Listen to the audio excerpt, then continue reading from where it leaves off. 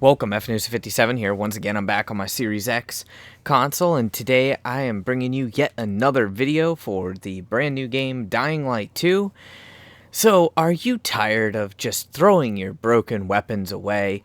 Wouldn't you just love to have some indestructible or unbreakable weapons? Well, fear not, never break a weapon again. I will be showing you exactly how to do just that. There's a lot of things in this game that allow you to extend the life of a weapon till its eventual fate, where it is casually tossed aside. But if you don't want to lose your favorite weapons, or any weapon for that matter anymore, there is actually a secret Easter egg type charm in the game. And I'm going to show you exactly how to get it. So I'm right outside of basically the tallest building in the game, the broadcast antenna building, and there will be a specific mission that you get for this building, and I won't spoil the story for you, but you are going to need to do that mission. That will make your life one heck of a lot easier. It is possible to get this without doing the broadcast tower mission. However, you will need your paraglider upgraded to have boost, and you will need a good amount of stamina, like probably 300 plus stamina with a stamina booster. So just keep that in mind. But once you complete the mission, regardless of who you give the antenna to, you'll be able to just come up here. Everything will be unlocked for you. And you can simply go right inside the building, go to this elevator, and then take the elevator all the way up. You can do this in solo, or you can do this in co-op. So shout out here to I'll Kill Ya Blue for helping me out with this. Awesome guy. Truly appreciate his help. And I don't know if this is 100% intended effect, but yeah, this charm will fully restore your weapon's durability. And it gets better because you can simply reapply the charm. It works for any weapon of any rarity of any kind, as long as it has a charm slot. So this is a relatively long elevator ride. You will see that I have a weapon here to demo. I have one of my swords. This is one of my favorite swords. It's been with me through many a zombie kill. And it is about to break, which we really don't want that to happen because, well, this sword has been with me through so much. I just don't want to lose it. Once you inevitably get out of this elevator, though, we have a bit of work to do. We actually have quite a bit of work to do to still get this particular blueprint. Right, so we finally made it back after that disconnect. Same spot. You'll notice where we have to go is that building that has the two brown parachutes on it. You can pretty easily make that with the paraglider without the upgrades on the paraglider. I have about 400 stamina, and you can do that relatively easily, but it would be better if you use a stamina booster and then just kind of get a head start, pull out your paraglider. If you have the paraglider with boost, you'll be honestly perfectly fine, and you don't even need the stamina booster. Plus, you could get away with about 300, maybe 280 stamina. You don't want to lose too much elevation, but you just want to go ahead and get down here where this airdrop is.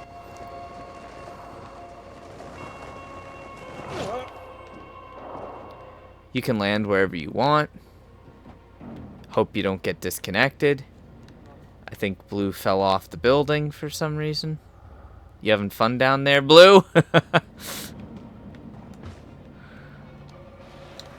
This game is really annoying when it comes to spawning in on top of buildings. There's also stuff here that, you know, you can just conveniently pick up, even though I already picked it up from this airdrop, but hey, why not? And then once blue gets here, what we're going to have to do is we are going to have to power this whole thing on. And correct me if I'm wrong, but not only are we going to get the charm, we're actually also going to get the, I believe, left-handed GloVa blueprint too. So, you know, two things, because why not, right? But you're going to go ahead and grab that cable, and then I'm not sure if you guys can see it, so I'll pull out my binoculars to show you. But you can kind of see how there's a little tiny board with like red and white tape on it sticking out. It's basically one window pane over, and that is the point that you are going to aim at and then roll into the window. So there is a skill that you will need, or I would at least highly recommend. You probably already have it, but it's under the parkour tree, and it is called active landing. You reduce fall damage and keep your momentum. All you have to do is press B just before you're landing. You're definitely going to want that skill for this, and if you have it, you're going to want safe landing as well. By the time you get to this point in the game, though, you will more than likely have those skills. And what we have to do is we have to run this cable all the way down, and we basically have to power up this building. So you can see it on the map right underneath where this military airdrop is. And it doesn't show you anything on the map, but that's because this is a whole secret process. Now, I should mention that you can do this by yourself, but obviously doing it in co-op is a little bit easier, and one person will want to jump at a time. The reason for that is in case you don't actually nail the jump, someone can revive you. It's a little easier said than done, but you'll get just about over, and then you're going to kind of like just shimmy off and face the window, and then press B and roll in. And that's the first jump. Then you have your second jump, which again, you can see the little thing right there. Same process. Shimmy over, face the window, fall down, roll in, and then you can connect that cable that blue just brought to this spot right there. That's half the power. After that, you're going to grab this cable here, and now we're going to be going in the opposite direction, and this one's actually harder to do. This one I missed on my very first try, because it's actually, again, one pane over, but you can barely even see where you're supposed to go. Shimmy over, face the building, roll in, rinse and repeat. It's not the easiest thing to do, but it's not the hardest thing to do. This one, same thing.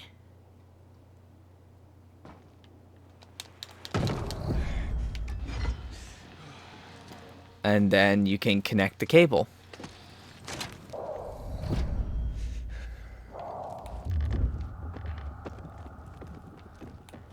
And you're just thinking that there's hardly anything here. There is a collectible right here. It's just a letter. But, you know, you can always grab it if you don't have that collectible. Now, this part I actually didn't do, so we'll be following blue for this step. This step's probably the easiest. You will want your grapple hook, or like I said, again, a second player. Makes life a lot easier. And you're going to be targeting that specific little light fixture and then roll to avoid lethal damage. If you mess that up, go ahead and revive your co-op partner. Take some meds in the process because, you know, why not? And you have another similar jump right here. Make sure you have your grapple out. Woo! Oh, I pressed the wrong button. Oh, I almost died right there. I barely got the grapple off in time.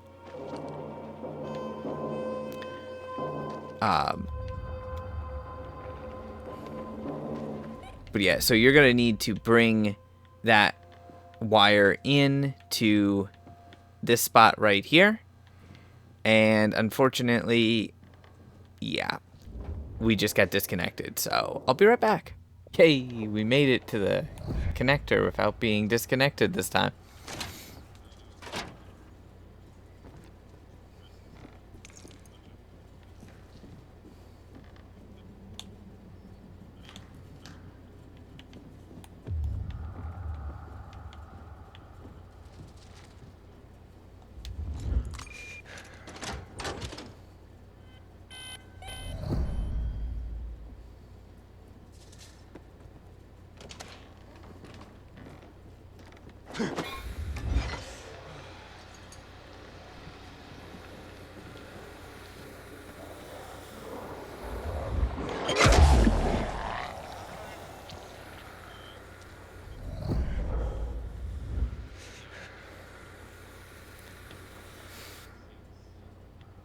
Alright, any order, doesn't matter. It says there's a campfire here, even though there totally isn't one.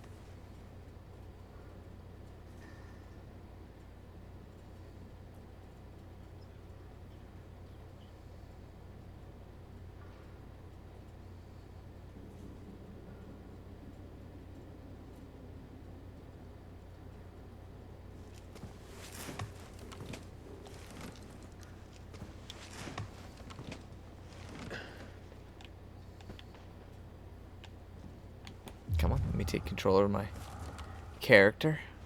Go ahead and try this sofa on for size.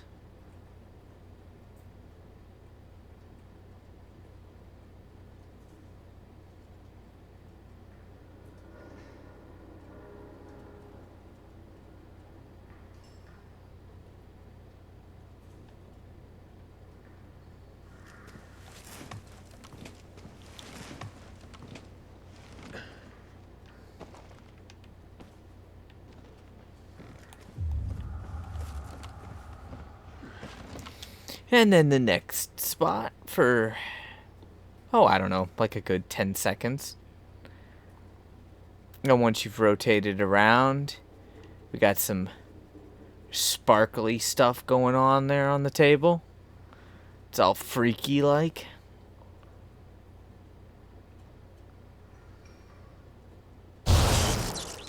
And bam! We have a second folder on the table. And what is that folder going to be? Well, that's on episode 2. No, just joking. Alright, so that is going to be the Korek. And you know what? I'm going to just leave this for the thumbnail. I got 2 folders on this table. I'm going to go ahead and pick up that Korek folder, which is in the charm blueprint. I got another one that requires all players. So you see how my executioner's axe is basically broken, and my paper cutter is basically broken, and my sword is basically broken? Well, they actually already have the Korek charm, or trinket, whatever you want to call it.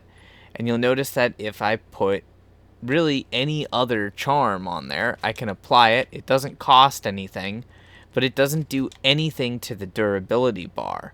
Now watch when I put the Korek charm on. It completely refills the durability bar.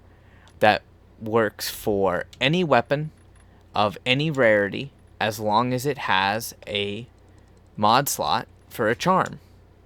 Completely refills it. And the beauty is, you don't have to attach that charm for the first time. So like this axe, you know, how weapons they lose durability even when, you know, you just hit random stuff with them. So I only lost 10 durability, but I can go modify, charm slot, and I can simply reapply the charm, and my weapon is now back at full durability. It is honestly, in my opinion, the single most awesome thing that I have encountered in this game, because, well, who doesn't like unbreakable weapons? So technically, can your weapon break at this point? If you abuse the shit out of it, yes, your weapon could break, but your weapon actually, as long as it has 1 durability left or more, it will not break. Unlike this game's multiplayer. Now let's see if we can do the left hand of GloVa real quick. I think all I have to do is sit by the campfire for this left-handed GloVa, right? So we're just gonna chill with these teddy bears here. And it only takes a few seconds. Another teddy bear just showed up out of nowhere. Still waiting for the blueprint. I'm trying to figure out like what this Easter egg could be a reference to, but it's just amusing at the moment.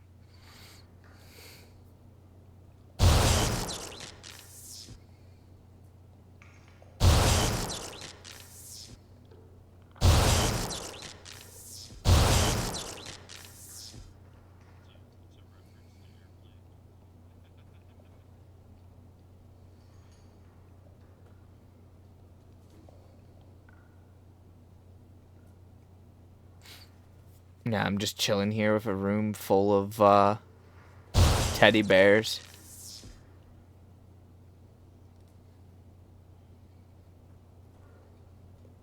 With a Techland sign. And that should be the blueprint. Yep, there's our Techland mysterious file folder. So I can leave the bed now. There's also one other Techland folder, but here's the blueprint for the left finger of GloVa, not left hand of GloVa. And it is a ranged weapon, by the way. It is very similar to the boomstick, except it doesn't do as much damage as the boomstick, while it has more shots than the boomstick. It's basically just a stagger weapon. It costs 369 scrap to craft it, so it's a little on the expensive side. But if we go ahead and equip it, you see it does like 100 damage. And it actually knocks back enemies. It knocks back enemies quite a bit when you hit them with it. But it's a finger gun. I don't know if it's meant to be invisible like that, but it is literally completely invisible. And then it just gets destroyed and falls away till, you know, oblivion, because reasons. So that is how you get unbreakable weapons. Or at least weapons that you really never have to worry about, and you can fully repair constantly over and over and over again. Plus the left finger of GloVa. Hopefully you guys enjoyed the video. If you have any questions, feel free to ask. I will do my best to answer them for you. If you did enjoy the video, definitely slap that like button. I promise you won't break it. Otherwise YouTube will repair it. And of course, subscribe for more content. Until next time, my brothers and sisters, thy legion, stay frosty.